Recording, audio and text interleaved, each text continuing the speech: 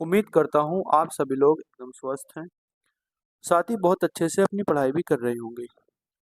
स्वागत है आप सभी का द मैथ्स 247 में। मेरा नाम है कुमार पिंटू विश्वकर्मा। आज की इस वीडियो में हम मॉक टेस्ट नंबर अपना 10 करने जा रहे हैं और आप सभी लोग जानते हैं कि हमने 9 मॉक टेस्ट अपने कंप्लीट कर लिए हैं और ये मॉक टेस्ट हमारा सैटरडे के दिन होना था, लेकिन किसी कारणवश मैं सैटरडे के दिन आपकी क्लास रिकॉर्ड नहीं कर पाया और जिसके कारण ये मॉक टेस्ट मुझे आज आपके लिए कराना पड़ रहा है। और बाद के कल की और परसों की जो आपकी क्लास रहेगी वो रेशियो एंड प्रोपोर्शन की रहेगी और हम उन दो क्लास में आपका रेशियो एंड प्रोपोर्शन कंप्लीट कराने की कोशिश करेंगे। आज की इस वीडियो में थोड़ा सा आप लोग कोऑपरेट करेंगे क्योंकि मेरी तबीयत बिल्कुल भी ठीक नहीं है। आप लोगों की ये क्लास रिकॉर्ड कर रहा हूँ, अभी जस्ट दवाई खा के बैठा हूँ। अगर थोड़ा-सा आपको लगता है कि भैया आवाज़ वग़ैरह में दिक्कत है, क्योंकि आप सभी लोग आवाज़ से भी पहचान पा रहे होंगे कि तबीयत ठीक नहीं है। तो आप लोग थोड़ा-सा कोऑपरेट करेंगे और मैं कोशिश करूँगा कि आपको ये 40 के 40 क्वेश्चंस करा पाऊँ आज मॉक टेस्ट में। लेकिन अगर नहीं करा पाता तो आप लोग उस बात को समझेंगे। आप लोग जानते हैं कि हमारे इस यूट्यूब चैनल पर आपकी मैथ्स की यूपीएसआई के मैथ्स की प्रिपरेशन हो रही है और उसमें हम 3 दिन अपना मॉक टेस्ट की सीरीज चलाते हैं और 3 दिन हमारा चलता है आप लोगों का पीवाईक्यू सीरीज। तो हमारा जो मॉक टेस्ट की सीरीज है, उस मॉक टेस्ट की सीरीज में कल परसों हमारे 2 मॉक टेस्ट हो पाए थे परसों तक और आज हमारा उसका थर्ड मॉक टेस्ट है। हम बात करते हैं मॉक टेस्ट नंबर 10 की और इसमें आप सभी लोग जानते हैं कि 40 क्वेश्चन हमारे होते हैं। 40 में से आप कितने कर पाते हो आप ये कमेंट सेक्शन में ज़रूर बताना। बिना किसी देरी के मैं शुरुआत करता हूँ क्लास की और क्वेश्चन नंबर 1 की हम बात करते हैं मॉक टेस्ट के क्वेश्चन नंबर 1। क्वेश्चन नंबर 1 क्या कहना चाह रहा है उसको आप ध्यान से समझेंगे। ये क्वेश्चन है हमारे पास 17, ठीक है, 1728 की पावर 26, 1728 की पावर 26 और 202 की पावर 156 को अगर हम 16 से विभाजित किया जाता है तो शेषफल क्या होगा, ये हमें बताना है। आप सभी लोग जानते हैं कि 16 का मतलब होता है 2 की पावर 4। मैं इसको 2 की पावर 4 लिख सकता हूँ, कोई दिक्कत वाली बात नहीं है। आप बोलोगे भैया हाँ लिख सकते हैं। इसको मैं लिख सकता हूँ दोस्तों 12 की पावर 3, क्योंकि ये 12 का घन है और इसकी पावर आपकी 26 हो जाएगी और ये माइनस हो जाएगा आपके पास 2 की पावर 156 और इसको आपको डिवाइड करना है 2 की पावर 4 से। क्या आप इसमें से 2 की पावर 4 कॉमन नहीं आ सकता? आप बोलोगे भैया इसमें से भी 2 की पावर 4 कॉमन आ जाएगा, इसमें से भी 2 की पावर 4 कॉमन आ जाएगा। यानी इस 12 को मैं ये भी तो लिख सकता हूँ 3 गुणा 2 की पावर 2 की पावर 3 की पावर 26 और माइनस 2 की पावर 156 बटे 2 की पावर 4 लिख सकता हूँ। यहाँ से मेरा 2 की पावर 4 कॉमन आ जाएगा। यानी इस संख्या में हम 2 की पावर 4 कॉमन लेने के बाद 2 की पावर 4 से हम इसको डिवाइड कर देंगे। यानी जब इसको कंप्लीटली डिवाइड कर देंगे तो इसका जो शेषफल आ जाएगा, जो रिमाइंडर इसका आ जाएगा, वो रिमाइंडर इसका आ जाएगा 0। आप लोग समझ पा रहे होंगे कि यहाँ पे 2 की पावर 4 आपका कॉमन आ जाएगा और जब 2 की पावर 4 कॉमन आ जाएगा तो नीचे 2 की पावर 4 से ही कट जाएगा। तो जब वैल्यू कट जाती है तो रिमाइंडर क्या बनता है? रिमाइंडर बनता है 0। आगे की मैं बात करता हूँ दोस्तों। क्वेश्चन नंबर नेक्स्ट हमारा जो क्वेश्चन नंबर 2 है उसकी हम बात करते हैं। 1 रुपए में 30 चॉकलेट खरीदी गई, 20% लाभ पाने के लिए 1 रुपए में कितनी चॉकलेट बेची जाएगी, ये हमें बताना है। क्वेश्चन नंबर 2 हमें कहना चाह रहा है कि 1 रुपए में हमारी 30 चॉकलेट खरीदी गई और 20% का लाभ मुझे कमाना है तो कितनी चॉकलेट बेचनी पड़ेगी। आप मुझे बताओ 1 रुपए का अगर मैं 120% लाभ के 20% लाभ के बाद 120 बटे 100 निकालता हूँ तो कितना आएगा? आप बोलोगे 6 बटे 5 आएगा। यानी मैं ये कह सकता हूँ कि 6 बटे 5 में 6 बटे 5 रुपए में मुझे 6 बटे 5 रुपए में मुझे 30 चॉकलेट क्या करनी पड़ेगी? 30 चॉकलेट बेचनी पड़ेगी। अगर 6 बटे 5 रुपए में 30 चॉकलेट बेचनी पड़ेगी तो 1 रुपए में मुझे कितनी चॉकलेट क्या करनी पड़ेगी? बेचनी पड़ेगी। आप बोलोगे भैया 5 गुणा 5 यानी कि 25 चॉकलेट मुझे बेचनी पड़ेगी। मैं कह सकता हूँ कि 1 रुपए में मुझे 25 चॉकलेट बेचनी पड़ेगी, तब जाके मुझे 1 रुपए में अगर मैं 30 चॉकलेट खरीदता हूँ तो मुझे 1 रुपए में 25 चॉकलेट बेचनी पड़ेगी, तब जाके मुझे 20% का लाभ होगा। यहाँ आप समझेंगे कि एक 6/5 है, 6/5 रुपए में हमने कितनी चॉकलेट खरीदी? हमने चॉकलेट खरीदी 30, ठीक है, हमने 30 चॉकलेट खरीदी और उस चॉकलेट को हम 1 रुपए के हिसाब से बांट देंगे, यानी कि 1 रुपए में हमने कितनी चॉकलेट बेच दी। तो आप इसको सोल्व करोगे तो आपका आंसर आ जाएगा 25। ये आप समझ पा रहे होंगे, ठीक है, ये आप अच्छे से समझ पा रहे होंगे। ये इस तरीके से भी क्वेश्चन हो सकता है, जैसे जैसे आपको बताया गया कि 1 रुपए में हमने 30 चॉकलेट क्या करी, खरीदी है, और 1 रुपए में हमने 25 चॉकलेट बेच दी, तो हमें चॉकलेट बराबर करनी पड़ेगी। अगर चॉकलेट बराबर करनी पड़ेगी तो इसकी मल्टीप्लाई हमें करनी पड़ेगी दोस्तों 5 से, और इसकी मल्टीप्लाई 6 से, यानी ये कितना हो जाएगा 5, और ये हो जाएगा 6, यानी 150 चॉकलेट की बात है। और 150 चॉकलेट हमने कितने रुपए में खरीदी, 5 रुपए में खरीदी और 6 रुपए में बेच दी। तो कितने रुपए का फायदा हुआ, आप बोलोगे 1 रुपए का फायदा हुआ, 5 पे मल्टीप्लाई 100, तो कितना आएगा, आप बोलोगे भैया 20% आएगा, यानी कि 20% का लाभ हुआ। और हमसे बताया क्या गया था, 20% का ही लाभ से बताया गया था। क्या आप क्वेश्चन को समझ पाए हो, क्या आप क्वेश्चन को समझ पाए हो कि नहीं समझ पाए हो। इस तरीके के क्वेश्चन जैसे मैंने आपको बताए इसी तरीके से होंगे, आप बहुत अच्छे से इनको करने की कोशिश करेंगे। क्वेश्चन नंबर नेक्स्ट की मैं बात करता हूँ, क्वेश्चन नंबर 3 की हम बात करते हैं। 3 नंबर क्वेश्चन हमारा क्या कहना चाह रहा है, एक घोल में एक घोल में पेट्रोल और मिट्टी का तेल 3:5 के अनुपात में शामिल है।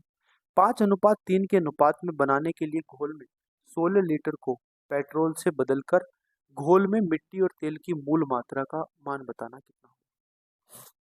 ओके, आप एक बात समझेंगे, हमें एक बात हमसे आप एक बात समझने की कोशिश करना आप। देखो, इसमें दोस्तों 16 लीटर हमारा जो मिट्टी का तेल और मतलब जो घोल है वो 16 लीटर घोल निकाला गया है, ठीक है, इतनी बात आपको समझ में आ गई। आप सभी लोग जानते हैं कि 3:5 की बात हो रही है। अगर 3:5 अनुपात की बात हो रही है और इसमें से अगर मुझे ये टोटल कितना हो जाएगा, आप बोलोगे भैया ये टोटल हो जाएगा आपका 8 यूनिट, यानी 8 यूनिट टोटल हो जाएगा। और इस 8 यूनिट में आप मुझे बताओ, जब मैं इसमें से 16 लीटर घोल निकालूंगा तो मुझे बताओ ये तो हो जाएगा मेरे पास पेट्रोल, और ये हो जाएगा मेरे पास क्या, मिट्टी का तेल, ठीक है, केरोसिन बोलते हैं मिट्टी के तेल को। अब आप मुझे एक बात बताइए कि 3 लीटर मुझे क्या निकालना है, पेट्रोल, 3 यूनिट पेट्रोल निकलेगा। जब मुझे 8 यूनिट 16 यूनिट 16 लीटर क्या निकालना है, घोल निकालना है, तो उसमें से 3/8 यूनिट क्या निकलेगा, पेट्रोल निकलेगा। यानी मैं कह सकता हूँ कि 6 लीटर पेट्रोल निकलेगा। इतनी बात समझ में आ गई। दूसरी बात, अगर मैं मिट्टी के तेल की बात करता हूँ दोस्तों, तो वो कितना निकलेगा, आप बोलोगे भैया वो निकलेगा आपका 10 लीटर। इतनी बात आपको एकदम समझ में आ गई होगी। अब आप मुझे एक बात बताइए दोस्तों, आप मुझे एक बात बताइए कि जब हम इसको निकाल देते हैं इसमें से, यानी कि हम मिट्टी का तेल और पेट्रोल निकाल देते हैं, तो हमें जो ऐड क्या करना है, आप बोलोगे भैया जो ऐड करना है वो ऐड करना है हमें क्या, हमें पेट्रोल ऐड करना है। तो हमें जो पेट्रोल ऐड करना है, यानी कि पेट्रोल वाली जो पेट्रोल वाला यूनिट है उसमें ऐड करना पड़ेगा। आप मुझे बताओ कि अगर अगर मैं बात करता हूँ, ये 3 लीटर है मेरे पास, तो मैं इसको 3x मान लेता हूँ, और इसमें से मुझे 6 लीटर क्या निकालना है, 6 लीटर पेट्रोल निकालना है और 16 लीटर पेट्रोल ऐड कर देना है। और दूसरी बात अगर मैं बात करता हूँ तो ये 5x है मेरे पास, और इसमें से 10 लीटर मुझे क्या निकालना है, 10 लीटर मुझे क्या निकाल, सॉरी 16 लीटर मुझे क्या निकाल देना है, नहीं 10 लीटर, सॉरी 10 लीटर निकालना है ना, तो 10 लीटर क्या निकाल देना, मिट्टी का तेल निकाल देना है 10 लीटर। और ये अब किसके अनुपात में आ जाएगा, ये आ जाएगा 5:3 के अनुपात में। आप इसको सोल्व करने की कोशिश करो, ये हो जाएगा आपके पास 3x, 3 × 9x माइनस के प्लस के हो जाएगा 10 × 30, और ये बराबर हो जाएगा आपके पास 5×5 25x माइनस के 50 हो जाएगा, ठीक है, इतनी बात आपको समझ में आ गई। अब आप इसको सोल्व करो, देखो ये इधर आ जाएगा आपके पास 80 हो जाएगा, और ये कितना हो जाएगा, ये बोलोगे आप तो ये हो जाएगा आपके पास 14, यानी कि x 14 हो जाएगा, 14 नहीं 16 हो जाएगा। तो x की जो वैल्यू आ जाएगी दोस्तों वो कितनी आ जाएगी, 5 आ जाएगी।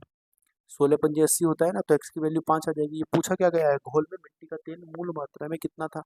अगर x की वैल्यू 5 है तो मिट्टी के तेल की बात हो रही है, तो मिट्टी का तेल कितना हो जाएगा, 5 यूनिट है, तो 5 यूनिट की मल्टीप्लाई हम 5 से कर देंगे तो कितना आ जाएगा, आप बोलोगे भैया 25 लीटर आ जाएगा। यानी कि जो पहले हमारी मूल मात्रा में जो था हमारे पास क्या, जो हमारे पास मूल मात्रा में मिट्टी का तेल था वो कितना था, आप बोलोगे भैया वो था हमारे पास 25 लीटर। यानी 25 लीटर हमारे पास मिट्टी का तेल था। आप लोग ये बात समझ पाए कि नहीं समझ पाए, आप लोग ये बात समझ पाए कि नहीं समझ पाए। पहले हमने क्या करा, मैं आपको एक बार और समझा देता हूँ। पहले हमने क्या करा, हमें पता है कि 3:5 अनुपात में है और ये टोटल हमारी 8 यूनिट है। इसमें से 16 लीटर निकल रहा है, तो यानी कि ये पेट्रोल की बात हो गई। ये पेट्रोल की बात होगी, ये केरोसिन यानी कि मिट्टी के तेल की बात होगी। इसमें से पेट्रोल अगर मैं 16 लीटर निकालता हूँ, तो जो पेट्रोल निकलता है वो उसके हिसाब से 6 लीटर निकलता है, और जो केरोसिन निकलता है वो 10 लीटर निकलता है। इसी तरीके से हमने पेट्रोल में से 6 लीटर निकाला और उसमें दोबारा से पेट्रोल ऐड करा, यानी कि 16 लीटर पेट्रोल ऐड करा, और मिट्टी के तेल में से हमने 10 लीटर मिट्टी का तेल माइनस करा, तो हमारा ये अनुपात आ जाएगा। इसको हमने सोल्व कर लिया तो एक्स की वैल्यू आ गई, तो हमने मूल मात्रा बता दी केरोसिन की कितनी थी। आ गई आपको बात समझ में? अगले क्वेश्चन की हम बात करते हैं। 8 महिलाएं एक होटल गई, उनमें से 7 ने अपने अपने भोजन में 4 रुपए खर्च किए, और 8वीं महिला ने सभी 8 महिलाओं के औसत खर्च में 7 रुपए अधिक खर्च किए, जिसके द्वारा उसके द्वारा कुल खर्च कितना हुआ ये बताना है। ठीक है, जो 8वीं महिला है ना, जो 8वीं महिला है, आप एक बात बताइए, 7 महिलाएं हैं और इन 7 महिलाओं ने 4-4 रुपए अपने हिसाब से खर्च किए, तो कितने रुपए खर्च कर दिए होंगे? आप बोलोगे 8 रुपए, 28 रुपए खर्च कर दिए। मैं मानता हूँ कि 8वीं जो औरत है, उस औरत ने, ये जो महिला है 8वीं, उसने कितने रुपए, उसने एक्स रुपए खर्च किए। अब उसके जो रुपए खर्च हुए दोस्तों, वो खर्च हुए हैं उसके जो औसत है टोटल, उनके औसत से 7 रुपए अधिक, यानी कि एक्स की वैल्यू हो जाएगी। इतनी बात आपको क्लियर हो गई होगी एकदम। देखो ये टोटल, ये 7 महिलाओं का टोटल था, एक हमने इसमें ऐड कर दिया। अब इसका औसत निकाल लिया, 8 से डिवाइड करके उसमें 7 ऐड कर दिया। इसने बोला ना कि उनके औसत से 7 रुपए अधिक खर्च करती है, तो ये एक्स की वैल्यू आ जाएगी। आप इसको सोल्व कर लो। जब आप इसको सोल्व करोगे तो आप पाओगे कि आपका आंसर आ जाएगा, यानी कि 28 प्लस एक्स प्लस के 8 7 56 हो जाएगा, और ये बराबर हो जाएगा आपके पास 8x। ठीक है। अब आप जब सोल्व करोगे तो कितना बचेगा? ये आपके पास बचेगा 7, और इसको आप ऐड कर लो। जब आप इसको ऐड करोगे तो 8 4 12 का, 8 6 14 का 4 हो जाएगा, और ये हो जाएगा 84 आपके पास, और बराबर हो जाएगा 7x। तो x की जो वैल्यू हो जाएगी, कितना हो जाएगा? 12 7 84 हो जाएगा, यानी कि 12 आ जाएगी x की वैल्यू। और हमसे पूछा क्या गया है? पूछा गया है हमसे कि उनके द्वारा खर्च की गई कुल राशि कितनी है। तो मुझे आप बताइए, उनके द्वारा, अभी तो 7 औरत के द्वारा, तो 7 लोग महिलाओं के द्वारा 28 रुपये ऐड हो रहे हैं, 28 रुपये खर्च हो रहे हैं। जो 8वीं महिला है उसके द्वारा 12 रुपये खर्च हो रहे हैं, तो टोटल कितने हो जाएंगे? आप बोलोगे टोटल हो जाएंगे भैया 40, यानी उनके द्वारा जो टोटल रुपए खर्च हो रहे हैं वो हो रहे हैं 40 रुपये। आगे आपको एकदम बात समझ में आ गई होगी।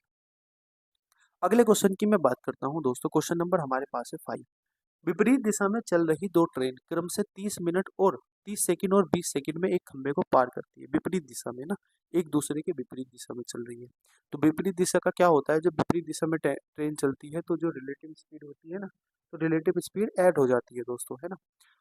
और वे 25 सेकंड में एक दूसरे को पार करती है। मैं मानता हूँ कि एक ट्रेन मेरे पास ए है, और जिसकी जिसकी जो लंबाई है, जिसकी जो लंबाई है वो ए है। एक ट्रेन ए है, उसकी लंबाई ए है, और दूसरी ट्रेन की लंबाई बी। अब ये जो ट्रेन है, ये ट्रेन एक खंबे को 30 सेकंड में पार करती है, तो ये इसकी स्पीड आ जाएगी। डिस्टेंस अपॉन खंबे को पार करना, मतलब वो अपनी ही ट्रेन अपनी ही दूरी को पार करेगी। और दूसरी जो ट्रेन है वो अपनी ही दूरी को पार करने में 20 सेकंड लेती है, यानी कि ये दोनों की स्पीड आ गई। ये ट्रेन एक की स्पीड आ गई, ये ट्रेन बी की स्पीड आ गई। अब उसने बोला है कि जब दूसरे एक दूसरे को पार करती है, मुझे आप बताइए, जब एक दूसरे को पार करती है विपरीत दिशा में, तो दोनों की रिलेटिव स्पीड से पार करेगी, यानी दोनों की दूरी को पार करेगी ट्रेन, एक दूसरे को पार करेगी, मतलब दोनों की डिस्टेंस को ट्रेवल करेगी।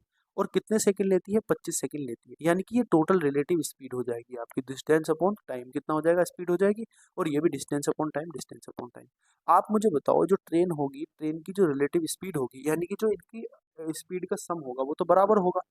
आप एक बात बताइए, जब एक दूसरे को पार करती है तो यहाँ पे रिलेटिव स्पीड ऐड होगी, यानी मैं कह सकता हूँ कि a/30 और प्लस b/20, और ये बराबर हो जाएगा आपका a प्लस बी प्लस किसके? 25 के। ठीक है, आप इसको सोल्व करो। तो जब आप इसको सोल्व करोगे तो आप ये पाओगे कि 20 प्लस के 30b अपॉन हो जाएगा आपके पास 600, और ये बराबर हो जाएगा आपका a प्लस के बी अपॉन 25 के। जब आप इसको सोल्व करोगे तो 10 से ये 1 जीरो कट जाएगा, 10 कॉमन लेने के बाद ये 5 से कट जाएगा 12 बार, ये 5 से कट जाएगा आपका 5 बार, 0 से 0 कट जाएगा। 5 से जब मल्टीप्लाई करेंगे ये हो जाएगा दोस्तों 10a हो जाएगा, प्लस के हो जाएगा आपके पास 15b, और ये बराबर हो जाएगा किसके? 12 ए प्लस के 12 बी के। ठीक है, थोड़ी सी जो है आपके लिए जगह की कमी है, मैं एक बार थोड़ा सा ना अच्छे से लिख देता हूँ। ठीक है, आप ये समझेंगे जो आप देखो, ये हो जाएगा आपके पास 2a और प्लस के ये हो जाएगा आपके पास 3b और ये अपॉन हो जाएगा आपके पास 60। ठीक है, ये बात आ गई समझ में। और बराबर हो जाएगा a प्लस के b अपॉन 25। तो आप इसको सोल्व करोगे तो ये 12 आ जाएगा और ये आ जाएगा आपके पास 5। तो जब आप इसको सोल्व करोगे तो कितना आएगा, आप बोलोगे भैया ये आएगा हमारे पास, ये आएगा हमारे पास कितना, ये हो जाएगा 10a और प्लस हो जाएगा दोस्तों 15b और बराबर हो जाएगा ये आपका 12a और 12b के बराबर। ठीक है, आप इसको सोल्व करोगे तो a रेशियो जो b आ जाएगा आपके पास वो आ जाएगा 3:2। अब a रेशियो b 3:2 आ गया, आप इसकी क्या आ गई, डिस्टेंस आ गई। हमें तो स्पीड की क्या निकालना, अनुपात निकालना है। तो a की वैल्यू रख देंगे 3 बटे कितना हो जाएगा, 3/30 हो जाएगा और ये हो जाएगा 2/20। यानी हम कह सकते हैं जो इनकी स्पीड आ जाएगी वो आ जाएगी 1:1 में।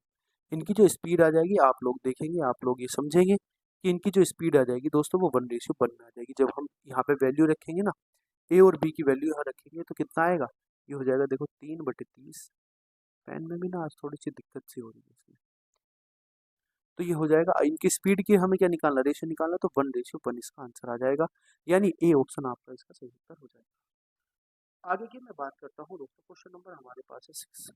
क्वेश्चन नंबर हमारे पास 6 है और इसको हम करने की कोशिश करेंगे। देखो, क्वेश्चन नंबर 6 हमारे पास है, यदि 750 साधारण ब्याज की एक निश्चित दर पर 5 वर्ष में 1000 की राशि को हो जाती है, मतलब 700 रुपये साधारण ब्याज की दर पर एक निश्चित दर से 5 वर्ष में 1000 रुपये हो जाती है। आप मुझे बताइए धनराशि कितनी थी हमारे पास, आप बोलोगे 750 थी और ये हो कितनी जाती है, 1000 हो जाती है। तो इसमें ब्याज कितना मिलेगा, आप बोलोगे 250 रुपये का ब्याज मिलेगा। भैया प्रिंसिपल अमाउंट कितनी है, प्रिंसिपल अमाउंट है 750 मल्टीप्लाई 5 साल के लिए है और हमें आर की वैल्यू निकालनी है, अपॉन 100 हो जाएगा। ठीक है, एक जीरो से एक जीरो कट जाएगा, 25 या 75 हो जाएंगे। ठीक है, और ये हो जाएगा 10 आपके पास तो 100 आ जाएगा, 100 5 से काट तो 2 बार तो 20 आ जाएगा। यानी मैं कह सकता हूँ कि आर बराबर जो हो जाएगा वो 20/3 हो जाएगा, 20/3% हो जाएगा। अब इसने बोला तो साधारण ब्याज की उसी दर पर 10 साल में कितनी हो जाएगी।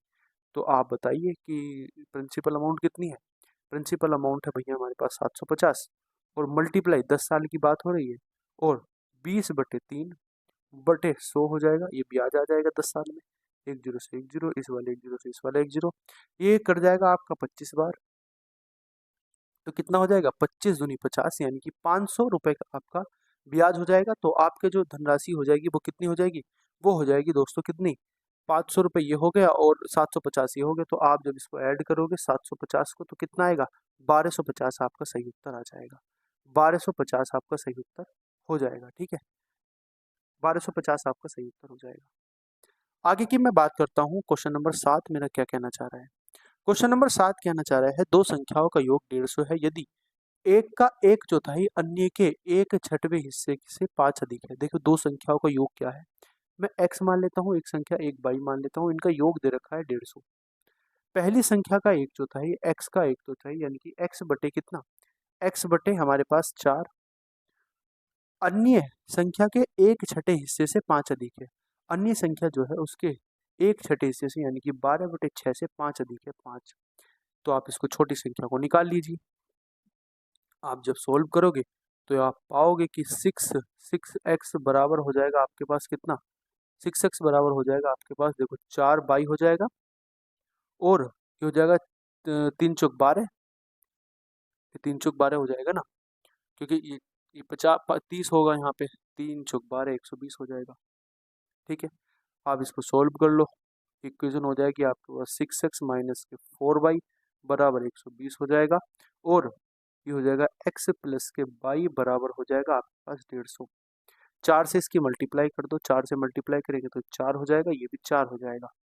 और क्या करोगे आप इसको 4 से मल्टीप्लाई, 15 चौका 60 हो जाएगा यानी कि हो जाएगा 600 आपके पास जब 4 से मल्टीप्लाई करेंगे। तो समझ में आ रही है बात कि नहीं आ रही बोलो। अब ये तो कट जाएगा आपका, ये हो जाएगा आपके पास 10x और बराबर कितना हो जाएगा 700 720, तो x की जो वैल्यू आ जाएगी वो 72 आ जाएगी। x की वैल्यू क्या आ जाएगी? x की वैल्यू 72। अब अगर x की वैल्यू 72 आ गई तो y की वैल्यू कितनी होगी? x की वैल्यू अगर 72 आ गई तो y बराबर कितना हो जाएगा? 150 में से आप 72 को माइनस कर दो तो y बराबर कितना हो जाएगा? 8। और ये 14 में से 7 जाएंगे तो 7 बचेंगे, 78 हो जाएगा। यानी जो छोटी वैल्यू होगी वो होगी सी, यानी कि 72 हमारे पास छोटी संख्या है। ये हमारे पास छोटी संख्या है, छोटी। ठीक है, आगे की मैं बात करता हूँ। क्वेश्चन नंबर हमारे पास कहना चाह रहा है दोस्तों 8 नंबर। 8 नंबर क्वेश्चन है कि गोल्डन शब्द के अक्षरों से कितने शब्द बनाए जा सकते हैं जबकि सारे स्वर एक साथ न हो? सारे स्वर एक साथ न हो तो कितने शब्द ये बनाए जा सकते हैं, ये हमें बताना है।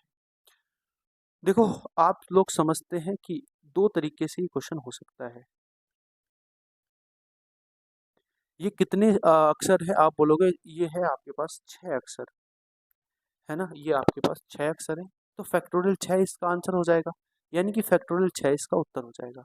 अब फैक्टोरियल 6 क्या होगा? फैक्टोरियल 6 में टोटल वैल्यू आ जाएगी कि उसमें उसमें ये आपकी वैल्यू वो भी आ जाएगी जब आपके स्वर यानी कि आपके जो वोवेल्स हैं वो सारे एक जगह हो, और उसमें ये वैल्यू भी आ जाएगी कि इसमें आपके स्वर एक जगह ना हो। तो फैक्टोरियल 6 का मान कितना होता है? आप बोलोगे 6 पंजे 30, 3 चौक 12, 12 तिया 36, 36 दूनी 72, यानी कि 720 होता है। अब इस 720 में दोस्तों ये तो टोटल हो गया, हमें तो वो निकालने हैं जब हमारे पास स्वर एक साथ न हो। तो स्वर एक साथ होने का निकाल दो आप। जब स्वर एक साथ होंगे यानी कि जो आपके पास वोवेल होंगे वो एक साथ होंगे, तो मैं ओ और ई को एक साथ ले लेता हूँ और जी, एल, डी और एन को एक साथ ले लेता हूँ। तो ये मेरे पास 5 शब्द बन जाएंगे, 5 फैक्टोरियल हो जाएगा और गुणा 2 फैक्टोरियल हो जाएगा, क्योंकि इनको भी हम 2 फैक्टोरियल से लिख सकते हैं। तो इसका जो मान आएगा, इसका मान आएगा आपके पास दोस्तों, इसका मान आपके पास आएगा 240। अब इसमें से आप 240 में से घटा दो, जब 240 घटाएंगे इसमें से वो शब्द निकल जाएंगे, ये वो शब्द हैं जब स्वर एक साथ हो, और हमें तो वो निकालने हैं जब स्वर एक साथ न हो। तो इसमें से जब घटाएंगे तो आपका जो आंसर आएगा वो आएगा 480, यानी 480 आपका सही उत्तर आ जाएगा। ए आपका इसका आंसर सही है। आगे की मैं बात करता हूँ दोस्तों, आगे की मैं बात करता हूँ। देखो, आगे की बात करता हूँ, ये है आपके पास 0.08 की पावर 2। ये पावर 2 है दोस्तों, ये ना पावर 2 है आपके लिए, तो आप इससे ये चीज़ समझ लेना कि ये पावर 2 है। हालांकि आप समझ जाओगे, ऐसे ही मैंने आपको बता दिया ना तो समझ जाना। ये पावर 2 है। तो आप एक बात बताइए, ये 0.08 की पावर 2 है प्लस ये आपके पास ये आपके पास 0.74 की पावर 2 है, ये आपके पास 0.084 की पावर 2 है, और अपॉन आपके पास हो जाएगा दोस्तों 0.074 की पावर 2, प्लस हो जाएगा आपके पास 0.008 की पावर 2, और प्लस हो जाएगा आपके पास 0.0084 की पावर 2। यानी मैं आपसे ये कह सकता हूँ दोस्तों, मैं आपसे ये बात कह सकता हूँ जरूर कि नीचे जो मेरे पास है संख्या, उस संख्या को मैं जब निकाल के लेके आ रहा हूँ तो उसको मैं एक बार 10 से भाग दूंगा। ठीक है, आप लोग समझो इस बात को ना, आप लोग एक बात समझो, आप लोग एक बात समझो। देखो, ये जो वैल्यू है ना, ये इसको क्या मैं ऐसा लिख सकता हूँ? 0.74 की पावर कितना 2, और नीचे लिख दूं मैं 10 की पावर 2, है ना? 10 की पावर 2 ही तो आएगा।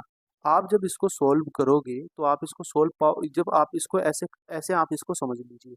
आप ये समझ लीजिए, जो नीचे वाली संख्याएं हैं आपकी, जो नीचे वाली आपकी संख्याएं हैं, इनको मैं 0.74 अपॉन 10 की पावर इसकी पावर 2 लिख सकता हूँ, और ऐसे ही इसको लिख सकता हूँ 0.8 की अपॉन 10 की पावर 2, प्लस ऐसे ही इसको लिख सकता हूँ 0.04 अपॉन 10 की पावर 2। तो यहाँ से जो मेरी वैल्यू है ना, ये 1/10 मेरा कॉमन आ जाएगा सब में से ना। 1/10 की पावर 2, 1/10 की पावर 2 मेरा कॉमन आ जाएगा। तो जब ये नीचे कॉमन आएगा तो ऊपर वाली वैल्यू तो सारी कट जाएंगी, ये वाली वैल्यू तो कट जाएंगी सारी इससे। तो नीचे जो बचेगा 1/10 की पावर 2 बचेगा, यानी जो आंसर आएगा वो आएगा 100, यानी 100 हमारे पास बच जाएगा। यानी मैं कह सकता हूँ कि आपका जो सही उत्तर है वो हो जाएगा आपके पास ए ऑप्शन। ठीक है, आपको बात समझ में आ गई होगी। आगे की मैं बात करता हूँ दोस्तों, क्वेश्चन नंबर 10 की मैं बात करता हूँ। क्वेश्चन नंबर 10 आप ध्यान से समझने की कोशिश करेंगे, और 10 क्वेश्चन समझने के बाद आपको लगेगा कि हाँ, ये क्वेश्चन बहुत अच्छे लेवल का है। एक वस्तु की लागत मूल्य, एक वस्तु की लागत मूल्य से, एक वस्तु की लागत मूल्य, एक पुस्तक की लागत मूल्य से 50% ऊपर चिन्हित किया गया और M% और 10% के दो क्रमागत छूट देने के बाद बेचा गया। 8% का लाभ, लाभ लाभ हो गया, लाभ हो गया क्या है? 8% का लाभ होने के बाद लाभ ज्ञात करें ताकि दो छूट देने के बजाय MP पर बेचा जाए। तो ये क्वेश्चन आपको बताऊं कैसा है। ये क्वेश्चन ऐसा है, मैं आपको बता देता हूँ। थोड़ी सी लैंग्वेज आपको परेशान कर सकती है, लेकिन क्योंकि मैंने बनाया है क्वेश्चन तो मैं आपको समझाने की कोशिश करूंगा क्या क्वेश्चन कहना चाह रहा है। इसमें बोला गया है दोस्तों कि एक पुस्तक है हमारे पास और उस पुस्तक का जो आपका मार्केट प्राइस है ना, मार्केट प्राइस वो क्रय मूल्य से 50% अधिक चिन्हित किया गया है। यानी मैं कह सकता हूँ वो 150 इसका मार्केट प्राइस हो जाएगा। ठीक है, ये इसका सीपी हो जाएगा। और अब ये वस्तु पे इस पे दो दो क्या दी गई है, दो क्रमागत छूट दी गई है, एक M% की और एक 10% की। तो मुझे बताओ, अगर मैं इस पे 10% की छूट देता हूँ यानी कि 10/9, 9/10 हो जाएगा, यानी ये 135 हो जाएगा। इतनी बात आपको समझ में आ गई, 135। अब इसमें फिर मुझे M% की छूट देनी है और छूट देने के बाद जब मैं इसको बेचता हूँ दोस्तों, तो इसको बेचता हूँ मैं 8% के लाभ पर, यानी मुझे 8% का लाभ होता है, यानी ये वस्तु 1/108 रुपये में बिकती होगी। तो आप मुझे बताइए, अब मुझे यहाँ पे M% पे छूट देनी है, M% की छूट। तो जब M% की छूट दूंगा तो बिकेगी तो इतने की ही। तो मुझे आप ये बताइए कि इसमें अंतर कितना आ जाएगा। इसमें अंतर आ जाएगा आपका 27 रुपये का, और 27 बटे कितना, 135, और मल्टीप्लाई हो जाएगा 100। यानी यहाँ से जो हमारी M की वैल्यू निकल के आ जाएगी वो कितनी आ जाएगी, 9×27 और 15 बार कट जाएगा, और ये कट जाएगा आपके पास कितना, ये आपके पास कट जाएगा दोस्तों 5 बार, और 5 से कट जाएगा 20 बार। यानी मैं कह सकता हूँ कि M की जो मेरे पास वैल्यू है वो 20% है, 20% M की वैल्यू है। इतनी बात आपको समझ में आ गई। अब इसने बोला है कि अगर अगर हम छूट ना दें और उतने ही क्रमागत मूल्य से उसको बढ़ा दिया जाए, आगे आगे बढ़ा दिया जाए, यानी कि ये 150 जो है ना, इसको फिर हमें छूट ना दे के M% से बढ़ा दिया जाए, यानी दोस्तों ये हो जाएगा मेरा 120/100, और फिर 10% से बढ़ा दिया जाए यानी कि 110/100 पे। अब अगर इसको बेचा जाए इतने पर, अब अगर इतने पर इसको बेचा जाए दोस्तों, तो ये बताना आपको कितना होगा। 36, 18, 18 की जब 11 से मल्टीप्लाई करेंगे तो 176 आएगा आपके पास। नहीं नहीं नहीं नहीं, ये आएगा 198, सॉरी। 18 की जब मैं 11 से मल्टीप्लाई करूंगा तो 198 आएगा। यानी मैं कह सकता हूँ दोस्तों, अब जो वस्तु बिक रही है वो 198% पे बिक रही है। अब अगर 198% पे बिक रही है यानी कि उस पर 98% का लाभ हो रहा है। इतनी बात समझ में आ गई, क्योंकि 100% सीपी था, अब उसको 198 में बेचा जा रहा है तो 98% का लाभ हो रहा है। समझ में आ गई बात की नहीं होगी। आगे की मैं बात करता हूँ, क्वेश्चन नंबर 11 की मैं बात करता हूँ। 30 डब्बों वाली एक रेलगाड़ी है। जब 100 मीटर लंबे इंजन 90 किलोमीटर होती है तो रेलगाड़ी द्वारा 115 100 सॉरी 1500 मीटर लंबे पुल को पार करने में लगा समय कितना होगा। आप मुझे बताइए, 30 डब्बों की क्या है ट्रेन है, और प्रत्येक डब्बा मेरे पास 80 मीटर का है, तो इतनी डिस्टेंस हो गई, और प्लस 100 मीटर लंबा इंजन है, और प्लस साथ में 1500 मीटर का क्या है, पुल है। इसको पार करने में उसको 90 किलोमीटर प्रति घंटा से वो पार कर रहा है। तो 90 बटे कितना हो जाएगा, 5/18 हो जाएगा, है ना। इसको जब आप सॉल्व करोगे तो कितना आएगा, 24, 24 और 5, 8 से 24 होते हैं ना, 24 और 100 कितना हो जाएगा, ये हो जाएगा आपके पास दोस्तों 25, 25 और 15 हो जाएगा 40, यानी कि हो जाएगा आपके पास 4000 मीटर बटे 18×5×5 25 हो जाएगा। समझ में आ गई आपको, नहीं आ गई। 25×100 और 25×100 160 सेकंड में ये क्या कर देगी, 160 सेकंड में उसको पार कर देगी। आगे आपको बात समझ में कि नहीं आ गई। आगे की मैं बात करता हूँ दोस्तों, क्वेश्चन नंबर हमारे पास है 12। क्वेश्चन नंबर 12 है हमारे पास, इसमें बोला गया है न्यूनतम मान निकालना इसका। इसका न्यूनतम मान कब होगा, ये थीटा है, ये ना थीटा है। थीटा की वैल्यू किससे, 0 से बड़ी है, और पाई बाई 4 से बड़ी हो सकती है, सॉरी पाई बाई 4 से छोटी हो सकती है, या पाई बाई 4 हो सकती है। आप मुझे बताओ कि जब इसका न्यूनतम मान मुझे निकालना होगा तो मतलब माइनस की वैल्यू मैक्सिमम निकालनी होगी, यानी कि ये टेन जो वैल्यू है ना, टेन ये वाली जो वैल्यू मेरे पे, ये वाली जो वैल्यू है दोस्तों, ये वाली जो वैल्यू, ये वाली वैल्यू जब मैक्सिमम होगी तभी यहाँ से पूरे का मान न्यूनतम निकल के आएगा। और ये मैक्सिमम कब होगी, जब मैं 10 की वैल्यू क्या रख दूंगा, 1 रख दूंगा, यानी कि 45 है 5 की वैल्यू। तो 45 रखूंगा तो 4 माइनस 6 माइनस के 4 आएगा, तो आंसर कितना आ जाएगा, आंसर आ जाएगा 2 ऑप्शन, यानी कि बी ऑप्शन इसका सही उत्तर आपका हो जाएगा। आगे आपको बात समझ में कि नहीं आती, आगे की मैं बात करता हूँ। क्वेश्चन नंबर मेरे पास है, क्वेश्चन नंबर मेरे पास है दोस्तों 13 नंबर का, 13 नंबर क्वेश्चन है।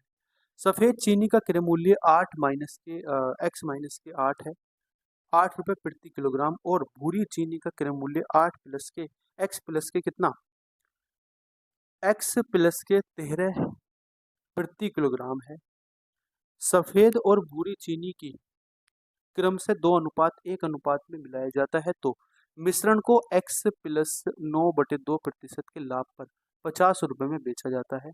तो आपको x का मान बताना कितना होगा, आपको क्या बताना है, आपको यहाँ पे x का मान बताना है, x का मान कितना हो जाएगा। आप बहुत ध्यान से समझने की कोशिश करेंगे क्वेश्चन को ना, और करने की कोशिश करना,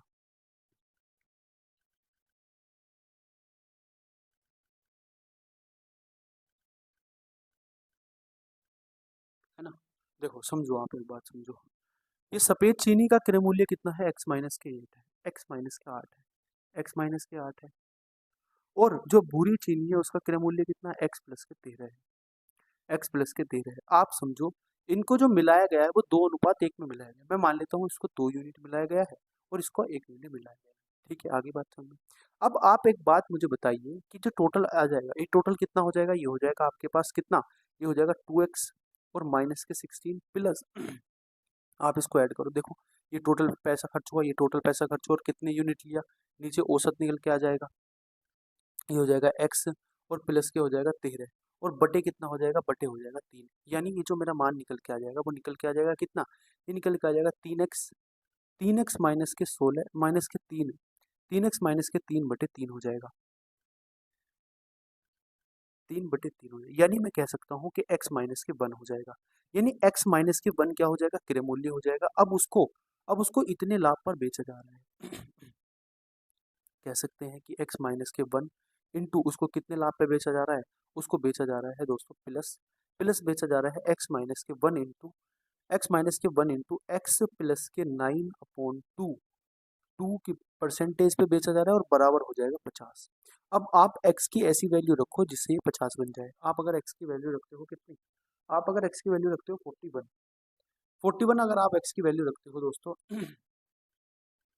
तो कितना हो जाएगा, आप यहाँ देखो 41 अगर x की वैल्यू रखेंगे तो कितना आएगा, ये आ जाएगा आपके पास 40 प्लस, प्लस हो जाएगा ये आपका 40 इंटू ये कितना हो जाएगा 50, 50/2 का मतलब कितना हो जाएगा, 50/2% है ना, तो बटे 100 भी तो है, तो 200 कर दो उसको, कोई दिक्कत वाली बात नहीं है ना, 200 कर देता हूँ, क्योंकि यहाँ पे परसेंटेज है ना, तो आप इसको 200 कर दो, डायरेक्ट ना आप इसको 200 कर दो, 200, ठीक है। अब आप देखो कि 40 हो जाएगा मल्टीप्लाई, ये कितना हो जाएगा 50, 50 बटे कितना हो जाएगा, 50 बटे हो जाएगा 200, 50/200 का मतलब होता है 4, और 4 से कट जाएगा 10 बार, यानी कि 40 प्लस 10 हो जाएगा 50, यानी मैं कह सकता हूँ कि मेरे पास जो आंसर होगा वो आंसर होगा एक ए ऑप्शन, यानी कि मेरे पास आंसर होगा ए ऑप्शन 41।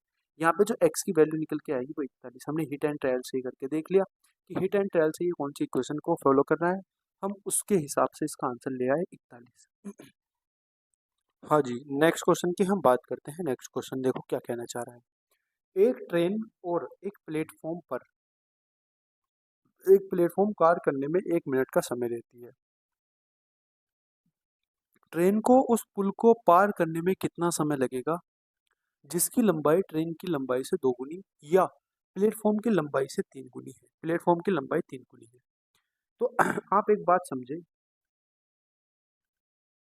एक बात आप समझो मेरे पास, इसको कितना समय लगता है, आप बोलोगे भैया इसको प्लेटफॉर्म, मैं मान लेता हूँ प्लेटफॉर्म पी है और प्लस ट्रेन की लंबाई टी है, इसको पार करने में इसको 60 सेकंड का समय लगता है, 60 सेकंड का, 1 मिनट होगी ना तो 60 सेकंड, मतलब इसकी स्पीड आ जाएगी, इसकी क्या आ जाएगी, स्पीड आ जाएगी।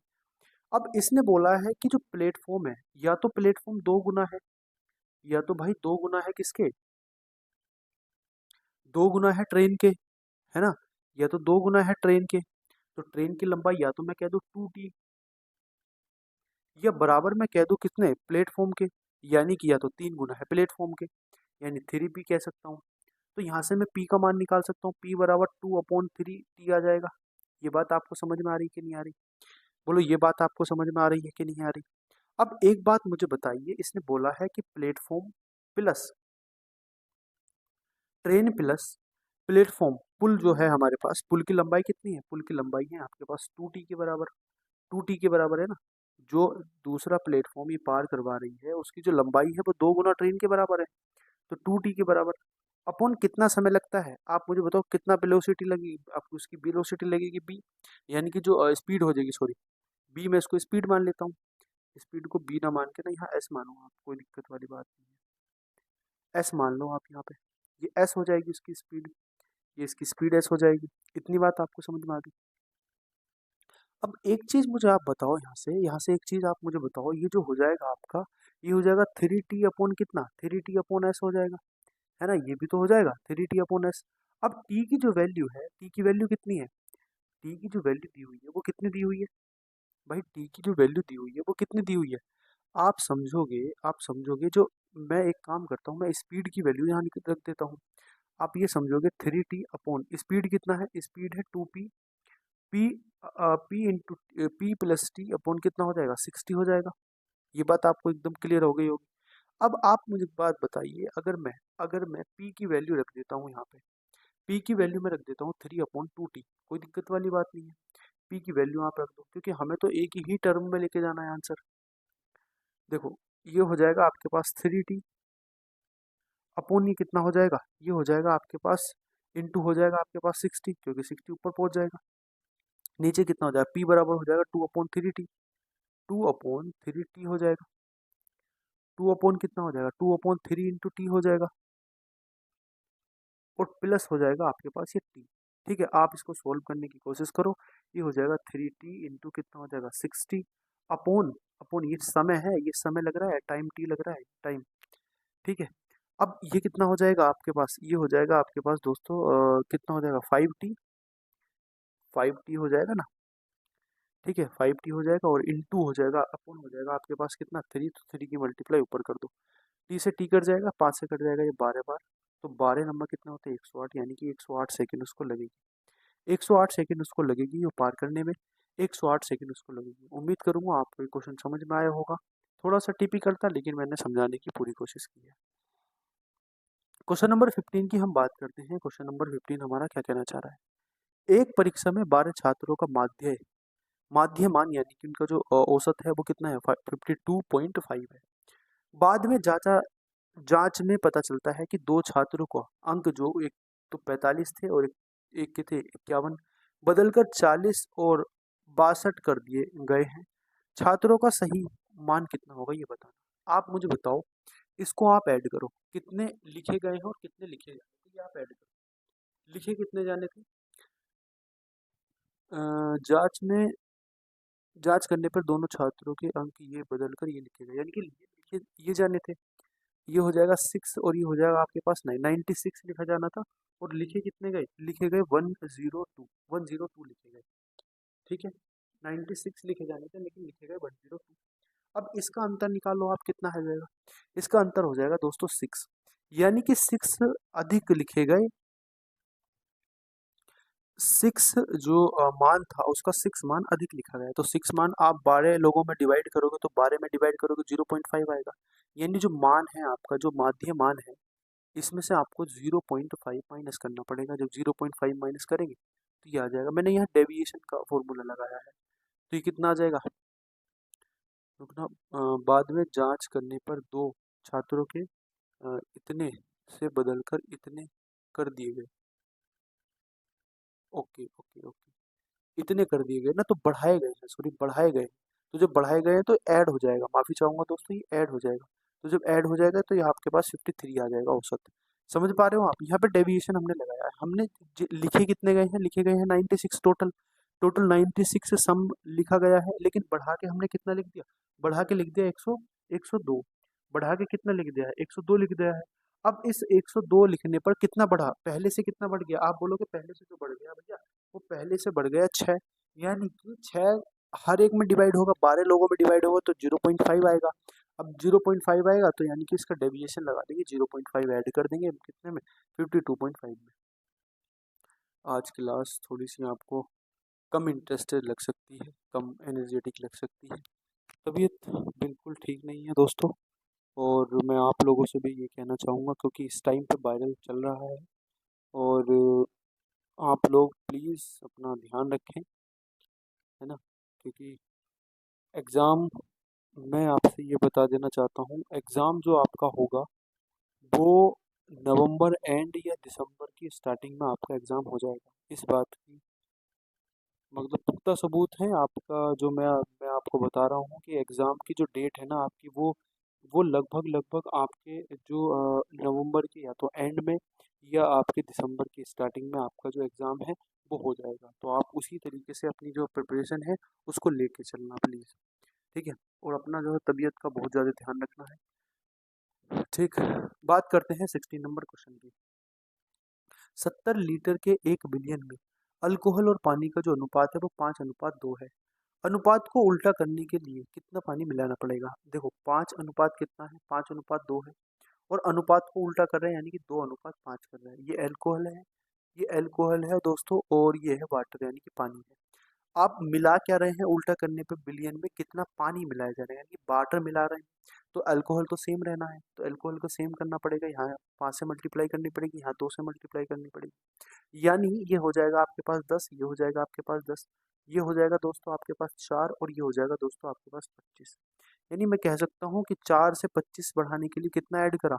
आप बोलोगे भैया 16 ऐड करा, 16, 16 ऐड करा, कितना, 21 ऐड करा, 21 ऐड किया, ठीक है। आप बताओ कि 7 यूनिट की वैल्यू कितनी है, 70 है। स्टार्टिंग में 5:2 था ना, तो 7 यूनिट है। अब इस 7 यूनिट की वैल्यू 70 है, यानी कि 1 यूनिट की जो वैल्यू है दोस्तों वो कितनी है, वो है 10। तो 21 यूनिट की वैल्यू कितनी हो जाएगी, आप बोलोगे 210 हो जाएगी, यानी 210 हो जाएगी 21 यूनिट की वैल्यू, 210 होनी चाहिए। क्या दिक्कत आई क्वेश्चन में? 2 दूनी 4, 5 दूनी 10, 5 दूनी 25 हो जाएगा।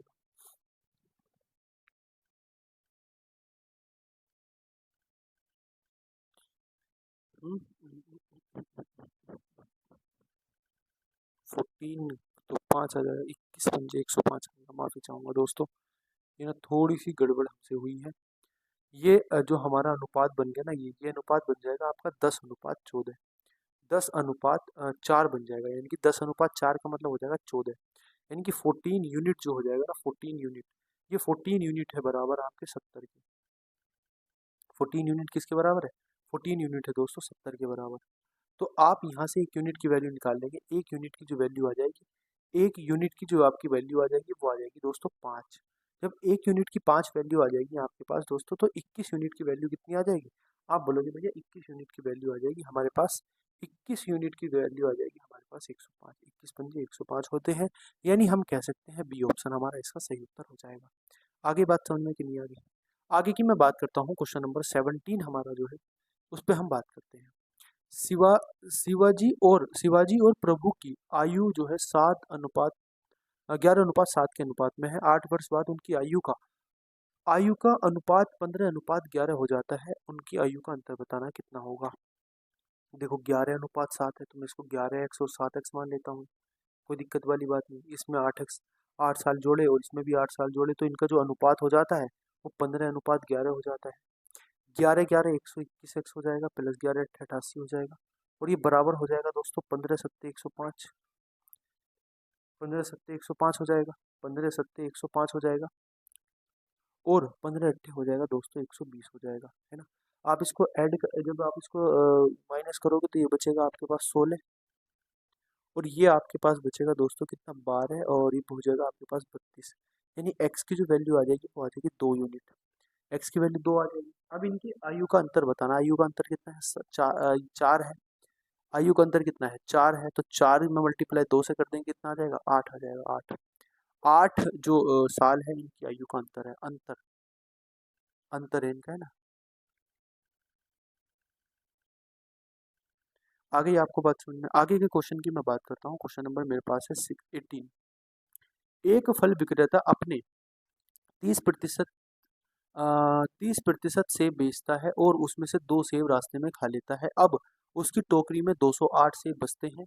प्रारंभ में उसकी टोकरी में कितने सेब थे, ये बताना है। आप मुझे बताओ, अगर 2 सेब खाता है तब जाके 208 बचते हैं, अगर 2 सेब नहीं खाता तो कितने सेब बचते, कितने सेब बचते हैं? आप बोलोगे भैया 210 सेब बचते हैं। अब ये जो 210 सेब हैं ये कब कितने हैं, क्योंकि 30% बेच दिए तो ये 70% की वैल्यू है। यानी मैं कह सकता हूँ 70% बराबर 210 है, तो 100% बराबर कितना हो जाएगा, 100% बराबर हो जाएगा 300। यानी कि उसकी टोकरी में स्टार्टिंग में कितने सेब थे, 300 सेब थे उसकी टोकरी में। आगे की मैं बात करता हूँ दोस्तों, क्वेश्चन नंबर 19 की हम बात करते हैं। 19 की हम बात करते हैं, देखो 12 से विभाजित एक 12 अंक की संख्या केवल 4 और 6 से मिलकर बनी है।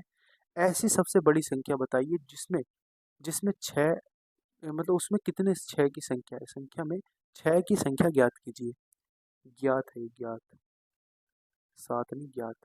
इसने बोला है दोस्तों, इसने बोला है कि एक 12 अंक की संख्या है और उस 12 अंक की संख्या जो बनती है ना, वो जो संख्या हमारी बनती है वो बनती है दोस्तों किससे, वो बनती है 4 और 6 से मिलाकर। 4 और 6 को मिलाकर बनती है और उसमें बताना है वह बड़ी से बड़ी संख्या क्या होगी। जो 12 अंक की संख्या होगी और जो 12 से कट जाएगी आपकी, वो बड़ी से बड़ी संख्या क्या होगी जिसमें सबसे ज़्यादा मतलब उसमें 6 की संख्या कितनी हो जाएगी, यानी कि जो वो संख्या बनेगी बड़ी से बड़ी, उसमें 6 कितनी बार आएगा ये हमें बताना है। कितना खतरनाक क्वेश्चन है, आप लोग समझ पा रहे होंगे, आप लोग समझ पा रहे होंगे कितना खतरनाक हमारा ये क्वेश्चन है। हमें एक 12 अंक की संख्या बनानी है और 12 अंक की संख्या वह बड़ी से बड़ी संख्या बनानी है जिसमें जो संख्या 4 और 6 डिजिट यानी कि 2 डिजिट से ही ये मिलकर बनती है और जो 12 से विभाजित हो जाए। ठीक है, आप एक बात मुझे बताइए, एक 12 अंक की संख्या है, मैं मान लेता हूँ दोस्तों, मैं मान लेता हूँ दोस्तों ये बात मैं मान लेता हूँ कि उस संख्या में उस संख्या में जो 6 है, 6, मैं मान लेता हूँ जो 6 है वो ए बार आपका आया, ए बार आपका आया। आप मुझे बताओ, ये 12 नहीं है दोस्तों, ये 72 है ना, क्वेश्चन में थोड़ी सी गड़बड़ी है, ये 72 है।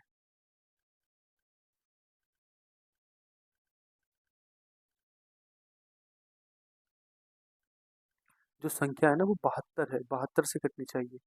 किसे, 72 से, 72 से विभाजित होनी चाहिए। अब आप मुझे एक बात बताइए दोस्तों, 72 से अगर कोई संख्या विभाजित है तो उसका मतलब ये है कि वो संख्या 8 से और 9 से विभाजित है, दोनों से। इतनी बात आपको समझ में आ गई। यानी जो संख्या का डिजिटल सम है अगर वो 9 से विभाजित है तो संख्या पूरी की पूरी 72 से विभाजित हो जाएगी। क्योंकि क्योंकि संख्या में क्या है, क्योंकि संख्या में सम ही संख्या है, यानी कि जो इवन नंबर है वही यूज हो रहा है, तो संख्या 8 से तो कट ही जाएगी। हमें तो चेक करना है कि संख्या 9 से कट रही है कि नहीं कट रही। मैं मान लेता हूँ उस संख्या में जो 6 है वो ए बार आया। ठीक है, तो जो आपका 4 आएगा वो कितना आएगा, वो आएगा 12 माइनस ए बार। इतनी बात आपको समझ में आ गई होगी। अब मुझे एक बात बताइए, 4 आ जाएगा वो 12 माइनस ए बार आएगा, यानी कि 4 इंटू 12 माइनस ए, ये हो जाएगा 4 अंकों की जितनी भी संख्या होगी 4 अंक से जो बनेगी उनका सम आ जाएगा, प्लस प्लस 6 इंटू ए आ जाएगा। ये बात आपको समझ में आ गई। अब आप मुझे बताइए 12 चौक 48 होते हैं, माइनस के 4 ए हो जाएंगे और प्लस के हो जाएंगे आपके 6 ए। यानी मैं ये कह सकता हूँ कि 2a प्लस के 48 हो जाएंगे। यानी मैं ये भी कह सकता हूँ, 2 कॉमन ले लूंगा, a प्लस के कितने हो जाएंगे, 24 हो जाएंगे। अब ये वाली जो संख्या होनी चाहिए ना दोस्तों, इसमें कितनी बार a आना चाहिए, यानी कि a का क्या नंबर होना चाहिए ताकि ये संख्या मेरी किससे 9 से डिवाइड हो जाए। तो आप मानोगे कि ये संख्या में हमारा 3 होना चाहिए, a की जगह 3 अगर आ जाए तो ये संख्या हमारी पूरी पूरी किससे 9 से विभाजित हो जाएगी। यानी मैं यहाँ 3 लिख दूंगा, प्लस यहाँ लिख दूंगा 24, तो ये कितना आ जाएगा, ये आ जाएगा 27, और 27 मेरा 9 से विभाजित है। बोलेंगे हाँ विभाजित। तो संख्या में जो ए है, ए वही तो है जो 6 की 6 कितनी बार आया, हमने बोला 6 ए बार आया, यानी कि ए वही नंबर है जो 6 की काउंटिंग को बताता है। तो 6 कितनी बार आ जाएगा, 6 आ जाएगा आपके पास 3 बार, 6 आ जाएगा आपके पास 3 बार। समझ में आ गई बात आपको, यानी उस संख्या में 6 आपका 3 बार आएगा। और मैं आपको वो संख्या भी लिख देता हूँ, वो जो संख्या बनेगी वो बनेगी आपकी 6 6 6 4 4 4 4 4 4 4 4 और 4, ये बन जाएगी आपकी वो संख्या। क्योंकि बड़ी से बड़ी संख्या चाहिए, यानी कि 6 हमारा स्टार्टिंग में आना चाहिए। आगे की मैं बात करता हूँ दोस्तों, कुछ